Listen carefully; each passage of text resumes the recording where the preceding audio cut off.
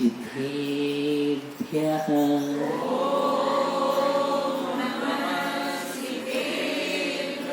ॐ नमः सिद्धेभ्यः।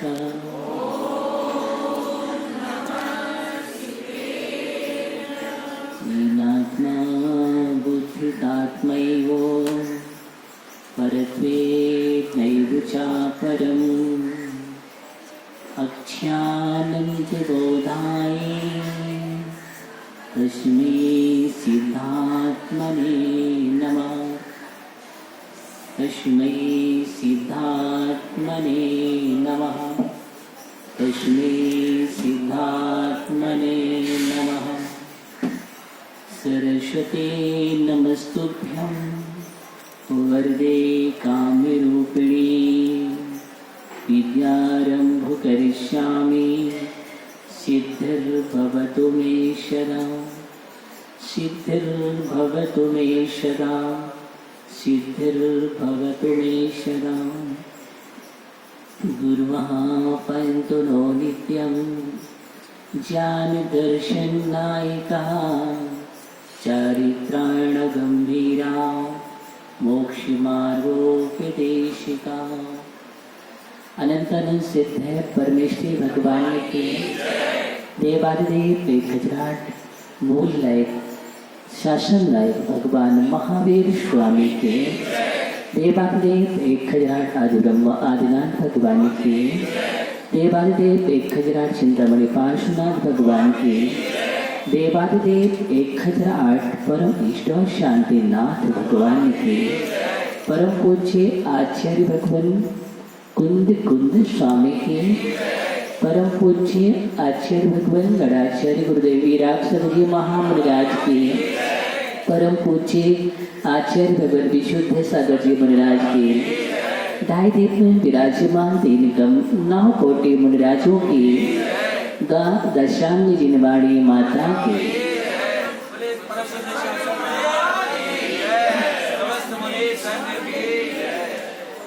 जय दो तीर्थर शासन। जय बंद हो तीर्थंकर शासन उनकी पावन पवित्र देशना सभी के लिए मंगलकारी हो और हम सभी उद्देशना का पान करते हुए निरंतर ही उस मोक्ष के सोपान को प्राप्त करते रहें।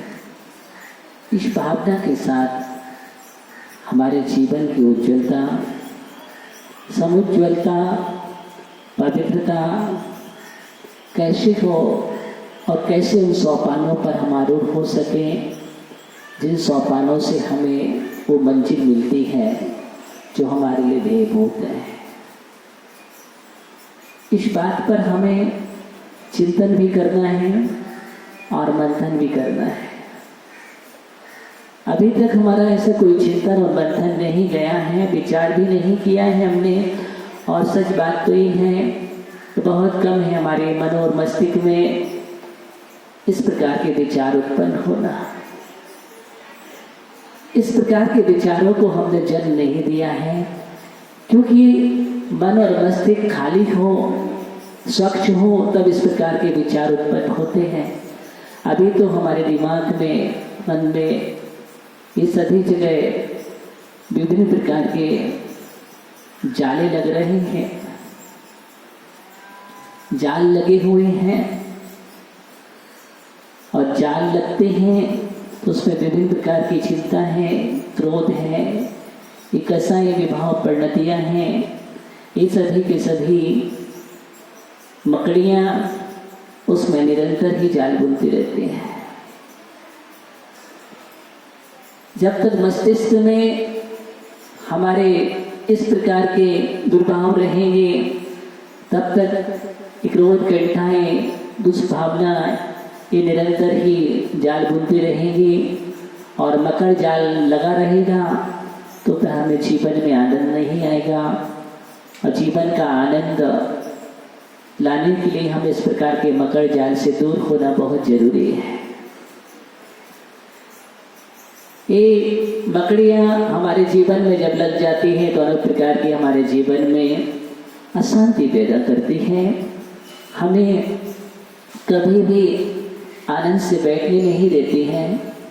शांति, समता, संतोष को उत्पन्न नहीं हो पाती हमारे जीवन में, अपितु हमारे जीवन चिंताओं से कुंठित हो जाता है और अशुभ लेशियां निरंतर तैयार रहती है।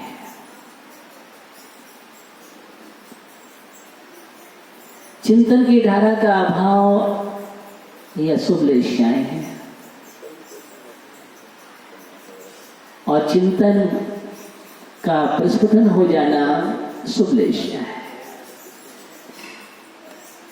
क्योंकि जब चिंतन बढ़ता है तो चिंताएं दूर होती हैं, तत्वबोध होता है, प्रशस्त परिणाम होते हैं, हम विशुद्धि की ओर बढ़ते हैं, हमारा अंदर परिष्कृत हो जाता है, अंतरंग पर्यावरण सूक्ष्म होता है और जब सूक्ष्म हो जाता है तो स्वच्छ विचार होते हैं, स्वच्छ आचार होते हैं और इन सब का परिणाम शुभ लेशियां होती है।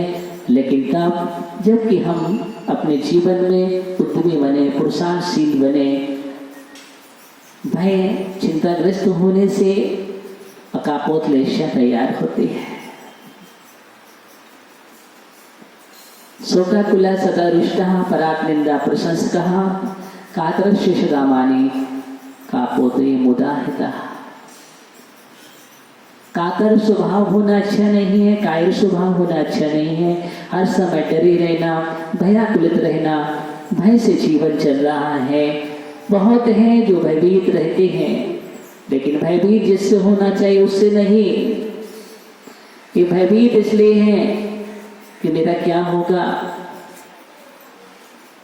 मेरा क्या होगा, कैसे मेरा जीवन चलेगा, कहीं कोई घटना घटित ना हो जाए। बहुत डरे हुए हैं। हम चलते हैं तो वहां भी हमें भय पैदा रहता है, हम बैठे हैं तो भी भय है और इस भय के कारण अच्छी तरह से निद्रा भी नहीं आ पा रही है, शांति का जीवन नहीं है, नींद नहीं आ रही है, नींद की गोलियां खा खा करके भी नींद नहीं आ रही है। उसका कारण है कि जीवन से भय है। संसार से भय होता तो बहुत अच्छी बात थी, लेकिन संसार से भय नहीं है, संसार के कारणों से भय नहीं है। संसार के कारणों से भय होना तो संवेग है और संवेग सम्यक्त को लाता है, परमार्थ को जगाता है। इसलिए संसार से भय होना अच्छा है, लेकिन भय इस लोक और परलोक से भय हो रहा है, अकस्मात भय हो रहा है, मरण का भय बना हुआ है, अताड़ भय बना हुआ है, ये सारे भय बने हैं। सप्त भय की जो बात कहते हैं तो सम्यक दृष्टि कैसे होगा, जबकि आचार्य शमयसार में आचार्य कुंज स्वामी लिखते हैं निशन की सम्यक दृष्टि वह होता है जो सप्त भय विमुक्तः, सप्त भय विमुक्तः अर्थात 7 प्रकार के भयों से रहित होता है। किसका भय? कोई किसी भी प्रकार का भय नहीं है। हाँ, लेकिन भयभीत हुआ किससे हुआ? संसार से भयभीत हुआ। ये पर्यायों का परिणमन देख देख करके भयभीत हो रहा है कि पर्याय हमें आकर्षित कर रहे हैं, हम इसमें रचे पचे हैं संसार के रंग में, और जब तक हम रहेंगे रंग मंच पर हमारा ये नाट्य मंचन चलता रहेगा। इस कारण से वो भयभीत हो जाता है। और ये भय होना कहीं दिक्कत नहीं है कि बूढ़े को देख करके अपना बुढ़ापा याद आ जाना, ये तो वैराग का कारण है, ये वैराग का कारण है। रोगी को देख करके ये संसार की दशा, अपने शरीर की दशा, वहां पर तो संसार की दशा के माध्यम से संवेग हुआ है और अब शरीर के स्वभाव की ओर चला गया रोगी को देख करके, वहां वैराग होता है। जगत का स्वभाव हुआ संवेग वैराग्यार्थम नरेंद्रया, ये सूत्र है। ये संवेग और वैराग कैसे होता है? संसार के स्वभाव का जब चिंतन करते हैं हम, ये संसार ऐसा है, जहां देखो वहां धोखा है, जहां देखो वहां स्वार्थ है, जहां देखो वहां माया जाल छिपा हुआ है, कहीं भी सुख और शांति नजर नहीं आती है। सुख और शांति है तो संसार में नहीं है, संसार में नहीं है। हाँ है, संचरण करने नाम संसार में नहीं है। जो हम संचरण कर रहे हैं, संचरण कर रहे हैं, वहां पर सुख शांति नहीं है, क्योंकि हम संचरण में हैं,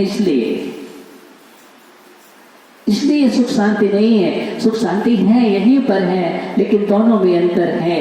संसारी की परिभाषा, संसार में रहना बुरा नहीं है, लेकिन संसारी होकर के रहना बुरा है। जिसके अंदर संसार बसा है वही संसारी है। अंदर में संसार रहना ये दुखदायक है, संसार में रहना दुखदायक नहीं है। इसी संसार में तो अरिहंत भी रहते हैं, आचार्य उपाध्याय साधु भी रहते हैं, और यहाँ तक कहें जिसको हम संसार कहते हैं, लोग कहते हैं सामान्य अपेक्षा से, तो लोक में सिद्ध परमेष्ठी भी रहते हैं, पांचों परमेष्ठी यहाँ पर रहते हैं। लेकिन संसार में रहो, लेकिन संसार न रहे। नरेंद्र, संसार में रहो लेकिन संसार न रहे। संसार तुम्हारे अंदर न हो, बाहर रहना कोई दिक्कत नहीं है, अंदर का संसार नुकसानदायक है। दुनिया में तुम रहो, लेकिन दुनिया तुम्हारे अंदर न रहे। दुख कब होता है? जब हमारे अंदर का मिथ्यात्व है, असह्य है, दरिद्र वैसे हमारे अंदर जो मिथ्यात्व है, अवृत्ति है, प्रमाद है, कषाय है, यही संसार है। संसार की परिभाषा क्या है? बोले संसार है क्या? यही संसार है। मिथ्यात्व, असंयम, बुरे विचार, कषाय, ये प्रमाद, ये अशुभ परिणाम, ये सभी के सभी संसार है। और जहां पर ये सारी प्रवृत्तियां निकल जाती हैं, वहां पर कोई संसार नहीं होता है। अब आप देखिए, जहां पर अनंतानुबंधी निकल गई है, जहां पर मिथ्यात्व निकल गया है, जहां पर अब बैर की गांठ नहीं बांधी जाती है, तीव्र क्रोध नहीं होता है, जहां पर किसी के प्रति अपध्यान नहीं है, ऐसे बुरे विचार नहीं है, बुरी भावनाएं नहीं है, वहां पर आप देखिए आचार्य भगवान लिखते हैं कि अब संसार नहीं है, वहां पर एक देश जिन संज्ञा प्रारंभ हो जाती है। क्या हो जाती है? अभी धबला जी सिद्धांत वाचना, एक देश जिन अनंतानुबंधी कषाय के अभाव से वहां पर सम्मिलित हो गया, मिथ्यात्व का भाव हो गया, अनंतानुबंधी का भाव हो गया। इतना तो जीता है, मिथ्यात्व को जीत लिया, कषाय को जीत लिया, अनंतानुबंधी रूपी, अर्थात अब गांठ नहीं बनेगी। ये सब जीतने के बाद बोले जिन हो गया है, एक देश जिन। जैसे जैसे हम कषायों को जीतते चले जाते हैं, वह जिन संज्ञा बढ़ती जाती है। जब पूर्णतः हम जीत लेते हैं तो पूर्ण जिन हो जाते हैं। क्या होते हैं? पूर्ण जिन होते हैं। तो हमारा वास्तव में देखा जाए, हम जैन हैं, हम जैन हैं। जैन का मतलब भी यही है, जिन बनने की साधना करना। क्या बनना? जिन बनने की साधना जो करता है, साधना के पथ पर जो चलता है, जिनत्व का जागरण करने के लिए अभियान अपने जीवन में शुरू कर देता है, इस प्रकार का पुरुषार्थ शुरू कर देता है, उसका नाम जैन है। सिर्फ जैन नाम नहीं है, जैन नाम नहीं है। वास्तव में देखा जाए तो जैन तो एक भाव है, भाव है, भाव है। जहां पर कृष्ण भगवान के पथ पर चलने वाले जो परिणाम हैं, उन परिणामों से सुसज्जित हैं, उसका आचरण करता है, उसका नाम जैन है। विक्की भैया, उसका नाम जैन है, आचरण का नाम जैन था। बोले जैन ने गवाही दे दी, कोर्ट ने मान कर लिया, जैन ने कह दिया। किसने कह दिया? जैन ने कह दिया। कोर्ट स्वीकार है, क्योंकि जैन झूठ नहीं बोलता। एक जैन शब्द आचरण का प्रतीक था। किसका था? आचरण का प्रतीक था जैन। अहिंसावादी है। इसलिए अहिंसा जिसके रोम रोम में समाई होती है, दया और करुणा जिसके अंदर में वास करती है, उसका नाम जैन है। उसका नाम जैन है। इसलिए हमें गौरव है, जब आप जैन लिखते हैं ना तो गौरव होना चाहिए। और मैं भी कहता हूँ जैन लिखना चाहिए गर्व से। आज हम जैन लिखना धीरे धीरे भूलते चले जा रहे हैं और हम समझ रहे क्या लिखते चले जा रहे हैं। अपनी पहचान जो थी उस पहचान को हम भूलते चले जा रहे हैं और हम लिख रहे हैं वे काला सुरेंद्र काला।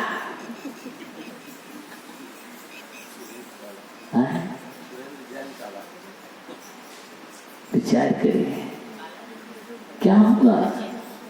जैन लिखने में क्या जा रहा है? लिखिए ना आप सुरेंद्र जैन काला। जैन शब्द का प्रयोग पहले होना चाहिए। गर्व से कहो, लोग तरसते हैं जैन में आने के लिए और जैन को पाने के लिए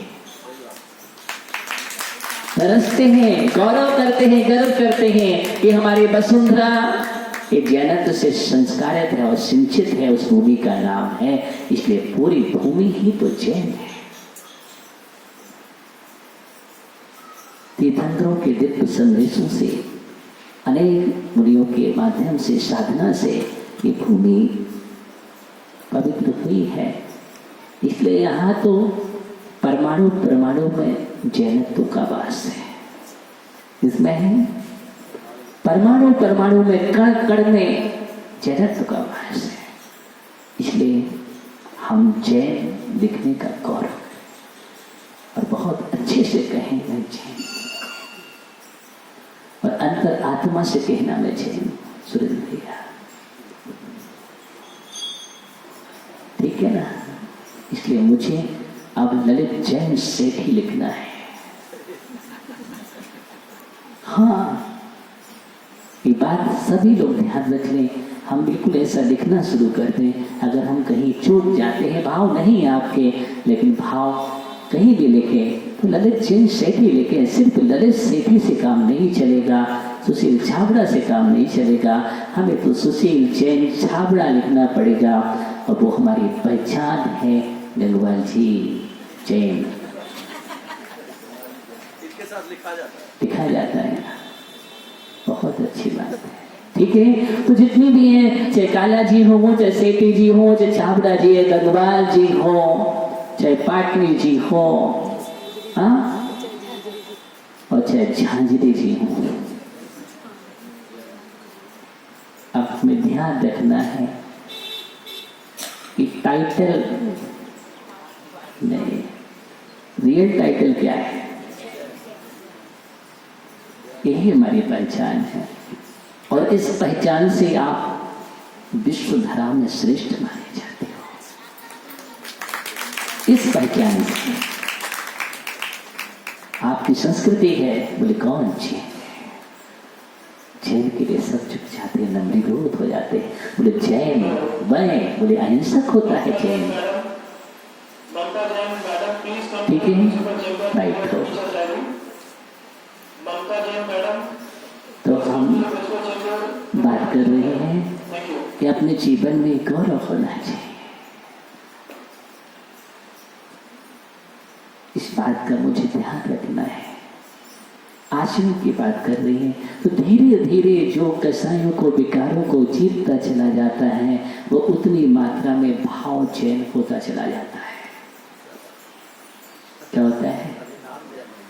हाँ, नाम निक्षेप से, स्थापना निक्षेप से, द्रव्य निक्षेप से, भाव निक्षेप से, प्रयोजनभूत भाव निक्षेप की ओर बढ़ना है, तत्परिणत होना है। जब ऐसे गुणों से हम परिणत हो जाते हैं राजेश भैया, तो उसका नाम क्या है? भाव चेन, ठीक है ना। तो हमें इस प्रकार, और जो भाव जिन बन गया वो जिन बन गया, ज्ञानी क्या बन गया? जिन बन गया। बस इसीलिए तो हम जैन हैं, जिन बनने के लिए। बोलो हम जैन क्यों हुए? जिन बनने के लिए ना, पक्का ना, ये ध्यान रखना, एकदम एकदम नोट कर लेना इस बात को। कहाँ?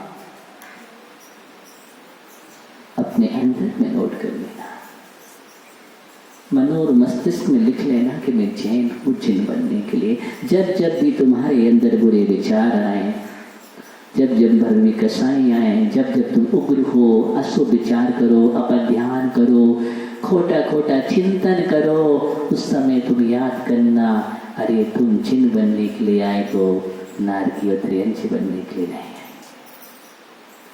ये अपने भी चिंतन करना है। हे आत्मन, तू अगर 7 राजू ऊपर उठ कर के आई है, कितना? 7 राजू अगर ऊपर उठ करके आई है तो इसका प्रयोजन 7 राजू वापस जाना नहीं है, वापस जाना नहीं है। अभी तो इसका प्रयोजन ही है कि मुझे 7 राजू ऊपर जाना है। लेकिन 7 राजू ऊपर जाना है उच्च विचार को लेकर के, उच्च आचार को लेकर के। नहीं तो 7 राजू ऊंचे चले जाओ, बोले सिद्ध वहां तो निगोदिया वहां भी रहते हैं, वहां भी निगोदिया है। लेकिन नहीं नहीं, मैंने कहा उच्च आचार के साथ जाना है, उच्च विचार के साथ मुझे जाना है। तो वो 7 राजू बहुत है, उसी लिए मुझे पुरुषार्थ करना है। जब जब भी चिंतन करो, बैठ जाइए, जब जब भी चिंतन करेंगे हम तो यही सोचेंगे कि मुझे 7 राजू ऊंचे जाना है। लेकिन 7 राजू ऊंचे जाने का सूत्र क्या है? हम 7 राजू ऊंचे कैसे जाएंगे? तो बस वही तो मैं कह रहा हूँ, जिनत की साधना जितनी हम बढ़ाते चले जाएंगे उतने ही हम ऊंचे पहुंच जाएंगे। बस जिनत की साधना कैसे हो? बूढ़े को देख करके अपना बूढ़ापन याद आ जाए, रोगी को देख करके शरीर के स्वभाव का चिंतन आ जाए कि रोग भी होता है, मुझे पता नहीं था कि कोई बीमार भी होता है। बीमार इंसान भी इस धरा पर होता है। बुद्ध को मालूम नहीं था कि बीमारी भी होते, रोग भी होते हैं, और रोग वो बीमारी क्या है कुछ भी पता नहीं था। इस शरीर की अवस्थाएं भी होती हैं क्या? जिस शरीर से हम राग कर रहे हैं, जिस शरीर से हम राग कर रहे हैं, वो राख होना है, वो राख होना है। ये चिंतन आ जाए। इस शरीर शरीर शरीर रोगों का पिंड है, ये शरीर रोगों का पिंड है। एक एक अंगुल में, एक एक अंगुल में ज्ञानियों मूलाचार भगवती आराधना ग्रंथ को पढ़ो। एक एक अंगुली बाही क्षण नवदी होत जान मरो यारम। एक एक अंगुली बाही, एक एक अंगुल अंगुल प्रमाण। कितना? अंगुल अंगुल प्रमाण में 96 रोग है। कितने रोग है? 96 रोग है अंगुल अंगुल प्रमाण में। क्या करो? 5,68,99,584 रोग है। 5,68,99,584 रोग। और अगर इन रोगों का उदय हो जाए तो मुश्किल हो जाए। नारकियों में विशेष उदय होता है। इतना रोग भरा हुआ है, इतना रोग भरा हुआ है, और इनमें से एक आध का उदय होता है तो हम बेचैन हो जाते हैं। इस शरीर की दशा है, इतने रोग भरे हुए हैं। मैं किन किन रोगों का इलाज करूंगा, किन किन का उपचार करूंगा, किन किन रोगों को प्रबंध करूंगा। और हम देख रहे हैं कि आज एक उदय है और उसका समापन नहीं हो पाता है, दूसरा तैयार हो जाता है, खड़ा है, बिल्कुल निषेक का बलि जैसा। हाँ, एक निषेक जैसे तैयार रहते हैं ना उदय में आने के लिए, ऐसे रोग भी खड़े हुए हैं, ऐसे रोग खड़े हुए हैं। सनत कुमार चक्रवर्ती ने यही तो चिंतन किया था। वैद्य आया था कि मैं उपचार करता हूं, मैं उपचार करता हूं, मैं विभिन्न प्रकार का उपचार करता हूं, औषधियां हैं मेरे पास। एक वैद्य घूम रहा है। सनत कुमार चक्रवर्ती जब मुद्राज बन जाते हैं, वो अपने ध्यान में लीन हैं और मालूम चला, लेकिन सनत कुमार चक्रवर्ती सोच रहे हैं कि तुम कैसे हमारा उपचार करोगे। उससे पूछा, तुम्हारे पास औषधि है? औषधि है? बोले हाँ, मेरे पास सब प्रकार की औषधि है, सब प्रकार की औषधि। अनिल भैया है क्या? हाँ, पाटोदी है, कोई भी समझ में है। ये तो मेडिकल चला था वैसे। हाँ, औषधि वाला है। हाँ, तो सब प्रकार की औषधि है। मुद्राज ने कहा, वो वैद्यराज, आपके पास सब प्रकार की औषधि है, आप सच कह रहे हैं, तो मुझे एक औषधि चाहिए, एक औषधि चाहिए। कौन सी? खोज करके लाना। जन्म जरा मृत्यु रूप चाहिए। कौन से? मैं शारीरिक रोगों का इलाज नहीं करना चाहता हूं, मैं तो आत्मिक रोगों का उपचार करना चाहता हूं। किसका? आत्मिक रोगों का उपचार करने वाली औषधि अगर तुम्हारे पास हो तो अनिल भैया ला देना और सबको बांट देंगे। हाँ, सबको बांट देंगे। बस क्या नहीं, यही तो हम मात खा जाते हैं जो जीवन के साथ। यही औषधि नहीं है। वैद्य ने हाथ जोड़ लिए, भगवान ये औषधि मेरे पास तो नहीं है, ये औषधि तो भगवान आपके पास ही है। किसके पास? आपके पास वह औषधि है, मेरे पास नहीं औषधि। आप ही उसका पान कर सकते हैं, अनुपान कर सकते हैं। बैठ जाओ। उस औषधि का नाम है, क्या है? याद है उस औषधि का नाम क्या है? आचार्य कुंद कुंद स्वामी ने औषधि बतलाई है। उन्होंने कहा, जिन वचन ही सबसे बड़ी औषधि है। कौन सी? जिन वचन ही औषधि है। जिन वयम मोचे मिडम, जिन वचन ही औषध है। खय कर्णम सभ्य दुखाणम, संपूर्ण दुखों का क्षय करने वाली औषधि है। कैसे है? संपूर्ण दुखों का क्षय करने वाली औषधि। जिन वचन है अमृतभूत है। इसलिए हमेशा ही मूलाचार्य में लिखा है कि आचार्य परमेष्ठी हमेशा ही जिन वचन रूपी औषधि देते हैं शिष्यों के लिए। इसके लिए शिष्यों के लिए हमेशा जिन वचन रूपी औषधि का पान कराते हैं, ताकि शिष्य रोगी ना हो पाए।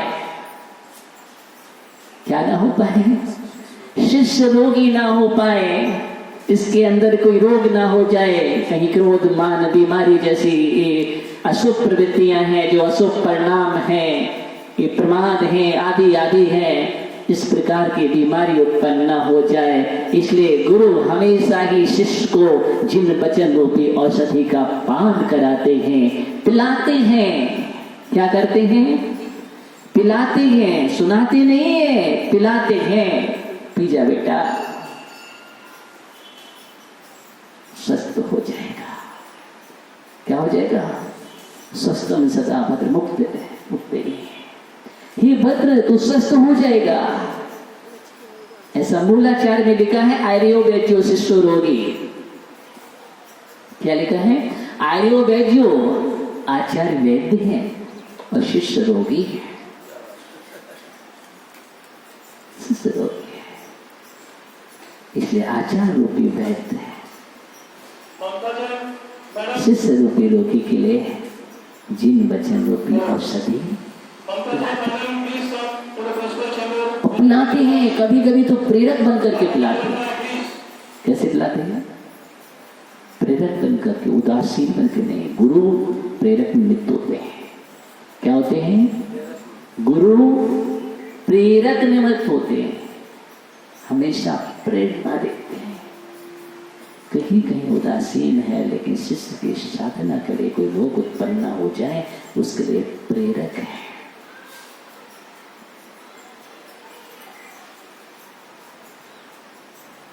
इसलिए विभिन्न प्रकार का रस पान कराते रहते हैं स्वस्थ रखने के लिए। कितना अच्छा ध्येय है उनका कि हमारा शिष्य रोगी ना हो पाए, हमारा शिष्य रोगी ना हो पाए। इस प्रकार का ध्येय अगर हम भी अपने जीवन में बना लें कि हम रोगी ना हो पाए, क्या हम रोगी ना हो पाए, कोई रोग हमारे जीवन में पैदा ना हो, निरोग रहें, निरोग रहें। आत्मा जिस दिन निरोग हो जाएगी उस दिन सिद्ध बन जाएगी। हमें निरोग ही तो होना है। क्रोध, मान, माया, लोभ, ईर्ष्या, जलन, द्वेष, विकारी परिणाम, ये सभी के सभी रोग हैं। क्या है? ये रोग हैं। और इन रोगों से हम सुखी हैं कि दुखी हैं? बोलो, क्या सुखी हैं हम कि दुखी हैं? क्या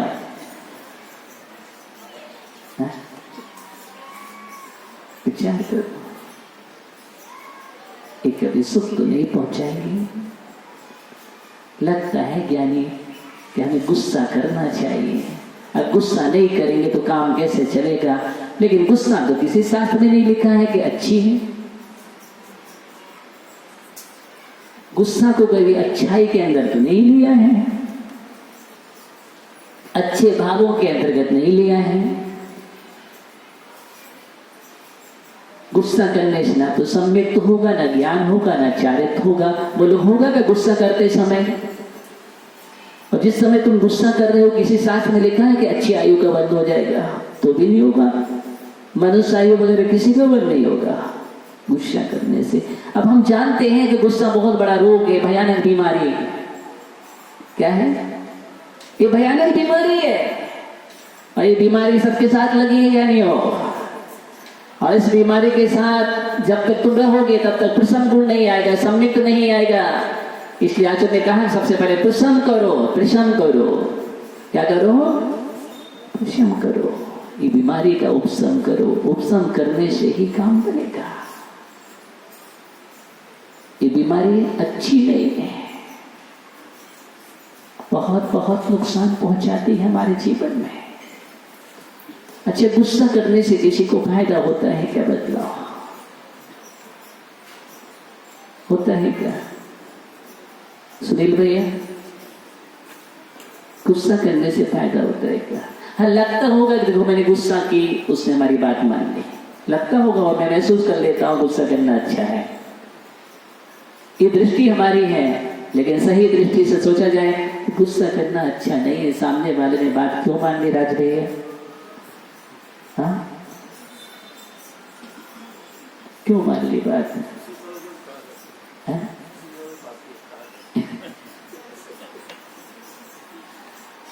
बात मानने का अर्थ ये है कि गुस्सा कर रहे हैं कहीं इनकी ये दिमाग की स्थिति खराब ना हो जाए, और कहीं दिमाग ज़्यादा गर्म ना हो जाए, तो सामने वाले ने ठंडा दिमाग को रखने के लिए बात मानी। बात इसलिए मानी है? और आप बड़े थे तो आपका सम्मान रखने के लिए मानी। अब क्या करें? राज को गुस्सा आएगा तो क्या करें? हाँ भाई भाई, हाँ सुशील भैया को मालूम है, मालूम है। और सुशील भैया को हम इसलिए खड़ा नहीं कर रहे, वो तो हमेशा मुस्कुराते रहते हैं, हम क्यों कहें गुस्सा करते हैं इसलिए। नहीं, हम ये थोड़ी कह रहे कि वो लोग गुस्सा करते हैं। वो लोग गुस्सा क्यों करेंगे? सुशील भैया गुस्सा नहीं करेंगे तो वो क्यों करेंगे? ये बात कह रहा हूं, है इसलिए नहीं करते हैं। तो गुस्सा करना कहीं से भी अच्छा नहीं है, ये बात हम जानते हैं। इस बात को हमें जानना है, इसी बात को तो हमें समझना है। किसी भी क्षेत्र में कहीं से भी अच्छा है ही नहीं है। दुर्गुण तो दुर्गुण रहेगा, दुर्गुण सद्गुण कैसे हो जाएगा? है? अगर हम दुर्गुण को सद्गुण में ले जाएंगे तो फिर सद्गुण क्या रहेगा? इसलिए क्रोध के अभाव का नाम क्षमा रूपी गुण कहा गया। कहीं नहीं कहा थोड़ी सी गुस्सा चलती है, इतनी तो चलती है। अरे चलती है, क्या है? क्या चलती है? गुस्सा तो कहीं भी नहीं चलती है। लेकिन हम कहते हैं हाँ चलिए तो चलती है, अब नहीं करेंगे तो कैसे काम बनेगा? मतलब करना आवश्यक कर्तव्य हो गया तुम्हारा। बैठ जा गया नहीं राजया, आवश्यक कर्तव्य में तो सम्मिलित नहीं है। इसका मतलब जो गुस्सा नहीं करता है वो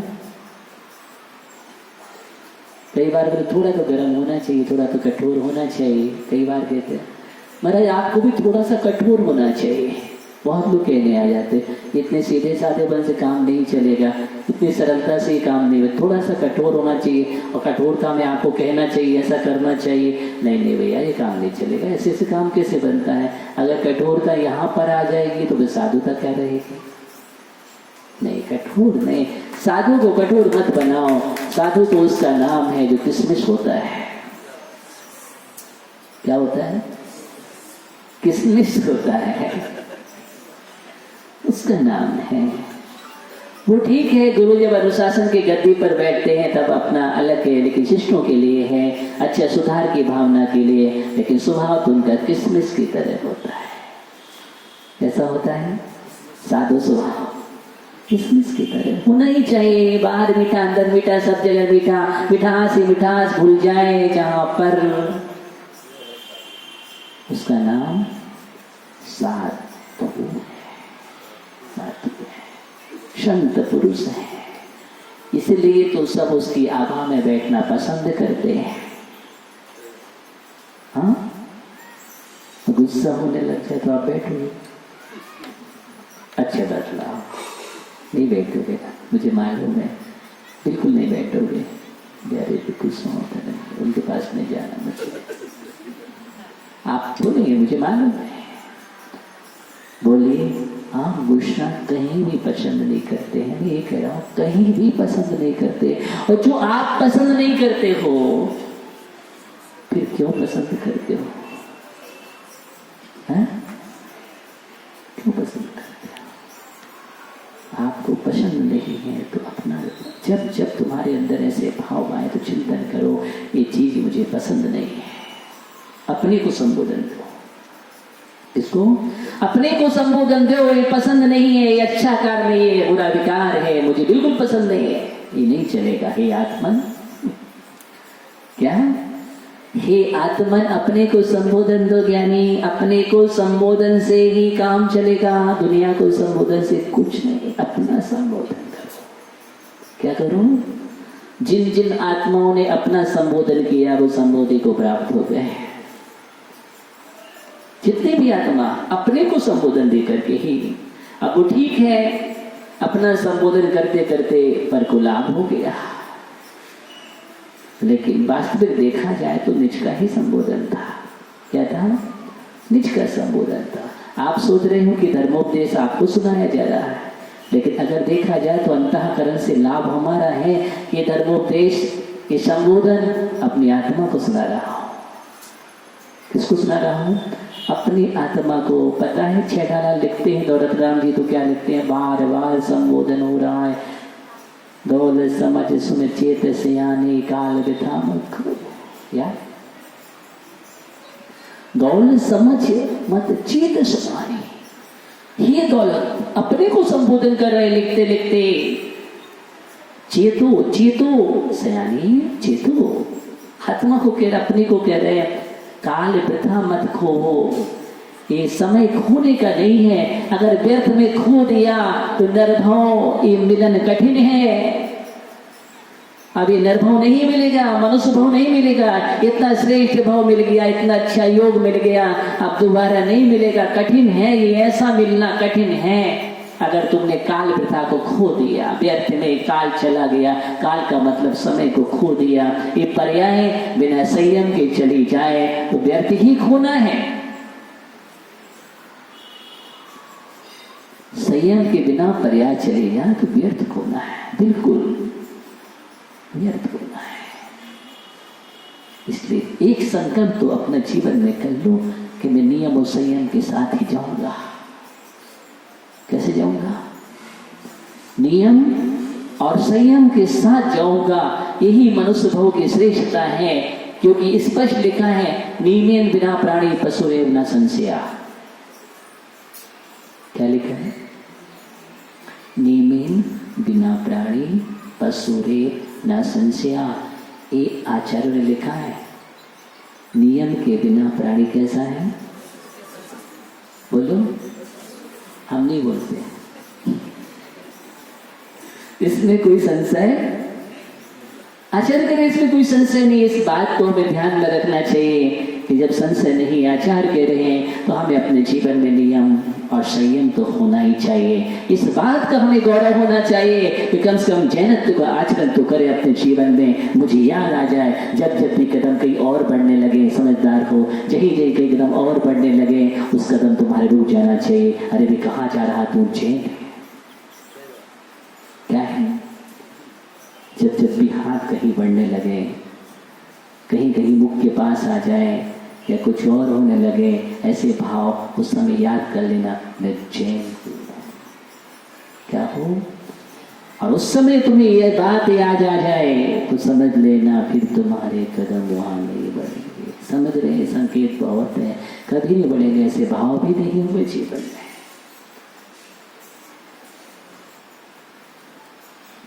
इसलिए बातें चल रही हैं अपने जीवन में कि इन्हीं बातों को मुझे समझने की आवश्यकता है जीवन में। तो हमारे शरीर में बहुत सारे रोग हैं। कितने रोग हैं? 5,68,99,584 इतने रोग हैं समस्त शरीर में। अब बोलो किन किन रोगों का उपचार करोगे? किन किन होगा? जय कुमार जी, ऐसा कोई चिकित्सालय है क्या? मन है क्या खुलवाने का? विचार हो कहीं रोटी क्लब से? हाँ। ऐसा कोई चिकित्सालय क्या लिया? नहीं है। वो चिकित्सालय हम ही हैं। कौन है? चिकित्सालय हम ही हैं। वो औषधि हमारे पास ही है, और वो औषधि अगर किसी ने प्रदान की है तो वो तीर्थंकर की देशना है। क्या है? वो तीर्थंकर की देशना है। जिन वचन है, जिन वाणी है, यही सबसे बड़ी औषधि है। इससे बड़ी कोई औषधि नहीं है। और वो औषधि हमारे पास है। हम औषधि का प्रयोग करें, हम स्वस्थ हो जाएंगे। बस ऐसे चिकित्सालय में मुझे ले जाना है अपने आप को। किसको ले जाना है? अपने आप को मुझे ले जाना है। और ये हम अपने पुरुषार्थ से पहुंचेंगे। तो बुद्ध के अंदर उस व्यक्ति को देख करके, किसको देख करके? रोगी को देख करके ये चिंतन चल रहा है। बुद्धि का चिंतन की धारा उस रोगी को देख करके चिंतन की धारा क्या बनती है। और मुझे भी किसी रोग को देख करके, रोगी को देख करके चिंतन की धारा अपने जीवन में, अगर हमारे अंदर भी कोई रोग पैदा हो जाता है, कभी कभी अधिक हो जाता है, तो हमें अपने जीवन में इस प्रकार का विचार करना है। ये तो शरीर का स्वभाव है। एक उदय उपशम, उदय उपशम, ये चलता रहेगा। कुछ ऐसा काम करो क्षय हो जाए। क्या हो जाए? क्षय हो जाए। और क्षय की प्रक्रिया वो प्रारंभ कर देता है अपने जीवन में। इसलिए सनमत कुमार चक्रवर्ती ने क्षय की प्रक्रिया प्रारंभ कर दी। ये कुष्ठ रोग क्या रोग है? कोई भी नहीं है, शारीरिक रोग है, आत्मा का कोई रोग नहीं है। और आत्मा भी अगर लगे हैं कहीं विकार उत्पन्न हुआ है, उसको भी समाप्त करने के लिए साधना प्रारंभ कर दी है और रत्नात्रय के माध्यम से उसमें डूब जाते हैं और उन लोगों का क्षय हो जाता है। तो बुद्ध के अंदर बोधित्व का जागरण बन रहा है चिंतन की तरह। ऐसा भी कोई धरती पर इतने रोग भी होता है, बीमारी भी होती है। हम समझ रहे थे जैसे हम स्वस्थ हैं वैसे सब स्वस्थ होते होंगे, लेकिन पता नहीं पल भर का तो समय मिलता है कि सनत कुमार चक्रवर्ती पल में कितने अच्छे थे, स्वस्थ थे, और पल में क्या हो गए। पल में इसलिए बुद्ध के अंदर विचार आ गया कि मत सोचो कि हम निरोग रहेंगे, पता नहीं कौन सा रोग कब खेल ले, कब क्या बीमारी हो जाए। हम देखते हैं दिनों दिन बहुत अच्छे व्यक्ति थे, स्वस्थ बैठे थे, हम समझ रहे थे और मालूम चला कि खुद कुछ घटित हो गया। इस शिक्षा हमें जीवन में लेना चाहिए। समय का भरोसा नहीं है। देखिए भैया, time is money, time is money, time is gold. क्या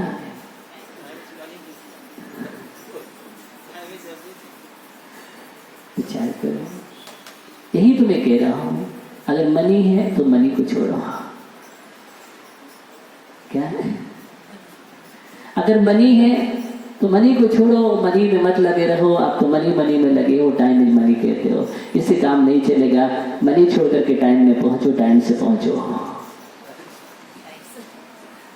कि देखो। और जब टाइम से पहुंचोगे टाइम में, तो टाइम इज गोल्ड होगा। क्या होगा? गोल्ड हो जाएगा जीवन।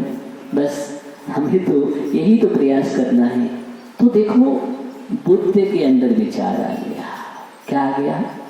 बुद्ध के अंदर दो व्यक्ति देखे अभी। पहला व्यक्ति कौन सा देखा था, याद है?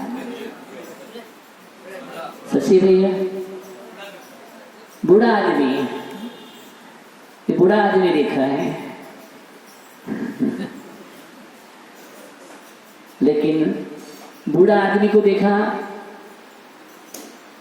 कि बूढ़ा को देखा? उस बूढ़ा आदमी को देख करके अपना बुढ़ापा याद आ गया। ओह, मैं बूढ़ा होगा, ओह ऐसा भी होगा, ऐसी भी पर्याय आएगी, ऐसा भी परिणमन होगा। और रोगी को देख करके दूसरा व्यक्ति देखा रोगी, और रोगी को देख करके याद आ गया ऐसे भी रोग भी होते हैं, बीमारियां होती हैं। ये शरीर के अंदर ऐसी विकृतियां, मैं शरीर में राग कर रहा था, इस शरीर के लिए क्या क्या कर रहा हूँ, कितना श्रृंगार करता हूँ, क्या क्या पाप करता हूँ शरीर के पोषण के लिए। शरीर के पोषण के लिए पाप कर रहा हूँ, सबसे ज्यादा पाप कर रहा है। बोलो, किसके लिए करता है पाप? शरीर के लिए, सबसे ज्यादा शरीर के लिए करता है। आप देखो, सारी प्रक्रिया शरीर के लिए है। लेकिन सबसे ज्यादा अगर धोखा देने वाला कोई है तो कौन है? सोचो। हम कहते फलाने ने धोखा दिया, अन्य धोखा दिया। अरे कितना धोखा दिया होगा? ये तो हम दिन रात पोषण करते हैं, कितना मेहनत करते हैं, कितना खर्च करते हैं, पैसा पानी की तरह बहा जाते हैं। ऐसा भी बोलते हैं, बोले पानी की तरह बहाया मैंने पैसा। बोलते आपकी भाषा बोलता हूँ, लेकिन अंत में क्या हुआ? बहा करके बहा दिया। देखिए अंत में छोड़ दिया। किसने छोड़ा? शरीर में छोड़ दिया।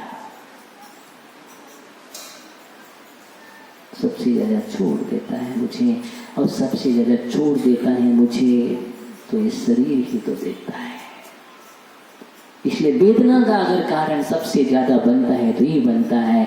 इसलिए मैं कह रहा हूँ, इस शरीर के स्वभाव का चिंतन करो। वैराग्य तभी उत्पन्न होता है ज्ञानियों। अभी तो हम शरीर के स्वभाव को ही नहीं देख रहे हैं। पूर्ण गलन स्वभाव, एक पुतलिक परिणति, परमाणु कैसे कैसे परिवर्तित हो रहे हैं। आप देखना, कभी जब आप बाल थे, युवा भय, प्रौढ़ भय, वृद्ध भय, सारी पर्यायों को एक साथ रखो। क्या करो?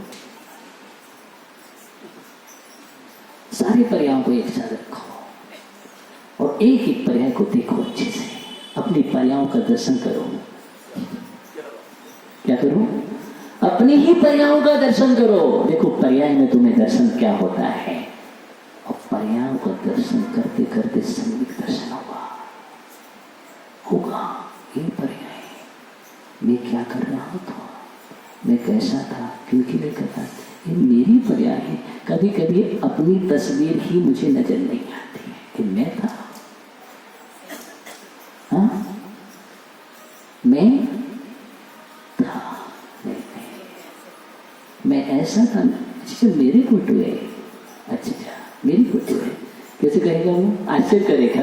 अगर वो अपनी बालावस्था की देखेगा और कभी उससे थोड़ा बड़ा हुआ है, कितना परिवर्तन है देखना। परिवर्तन की बात कर रहा हूँ, ये पर्याय में कैसा परिवर्तन है। ये पर्यायों का परिवर्तन नहीं, एक ही पर्याय की परिवर्तन की कहानी। इसकी एक ही पर्याय की परिवर्तन की कहानी हम स्वयं पढ़ लें अपने पास।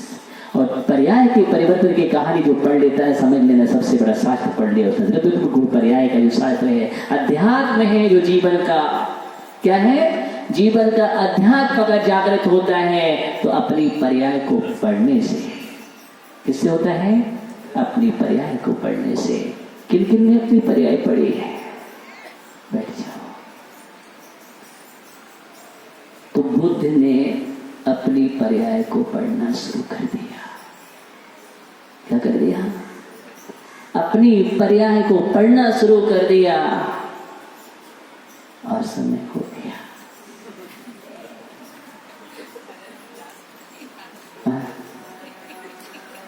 अब पढ़ना शुरू कर दिया तो कम से कम आपको पास तो हो जाएगा।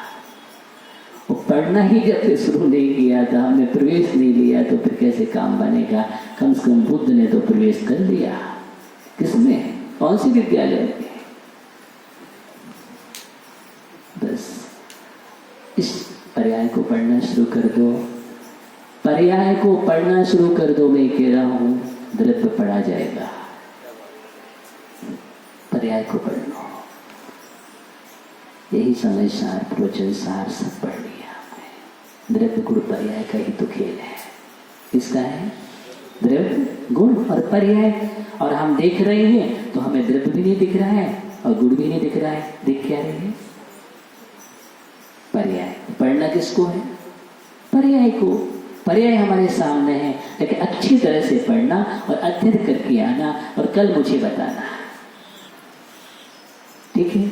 आज का विषय दे रहा हूं, कल मैं पूछूंगा आपसे कि किन ने पर्याय का अध्ययन किया है और क्या क्या अध्ययन करके आपने छोड़ करके लाए हैं, क्या क्या उसमें से आपने सारांश निकाला है। सिर्फ सारांश बतलाना, कुछ नहीं बतलाना, सिर्फ सारांश पूछूंगा कल में। आज तो पूरा समय हो गया और बुद्ध रोगी को देख करके चिंतन की धारा में डूब गया। आगे क्या होता है आगे देखेंगे। ओम नमः शिवाय।